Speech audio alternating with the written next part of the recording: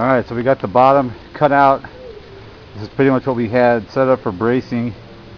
Just had a couple of things fiberglassed into place and then just spot glued. Believe it or not, just that little bit of spot glue and just those tiny little edges of fiberglass on these two braces here were enough to actually hold this back piece in. I had to whack it out with a mallet. But anyways, yeah, I didn't do a whole lot of coverage on this box because it really came out, you know, not the greatest. It was kind of a rush job. But once I got into it and started seeing what I can do with it, and finances changed, I was like, alright, I'm just going to stick with it for a while. So obviously they're not identical. You can kind of see that the box is a little whack looking, but I'm not really worried about it. I think it's going to work out really good in terms of what I'm trying to use it for.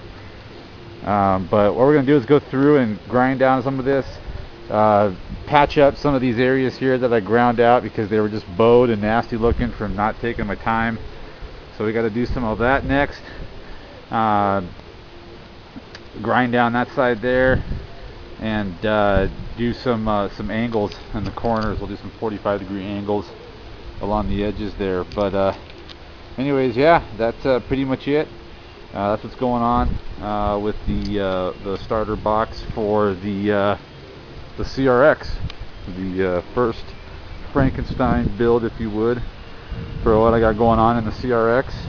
As you see here, those are going to be port areas, and I'll be able to change the various size of the port with different plugs. For the show that I did, I was running it as a sealed enclosure, but what we're going to do is we're going to cut a couple of holes here, and then we're going to cut a couple of holes on the side, and that way we'll be able to put different ports in and test different ideas with the box. So that's mainly why I wanted to keep it, even though it came out kind of whopper-jawed in terms of the angling of the speakers. I mean, it's still a cool looking box, you know, it still looks neat. You can kind of see it here, but like I said, the rings are just a little off, so you know, it's a little odd, but it'll be cool when it's done. Anyways, stay tuned.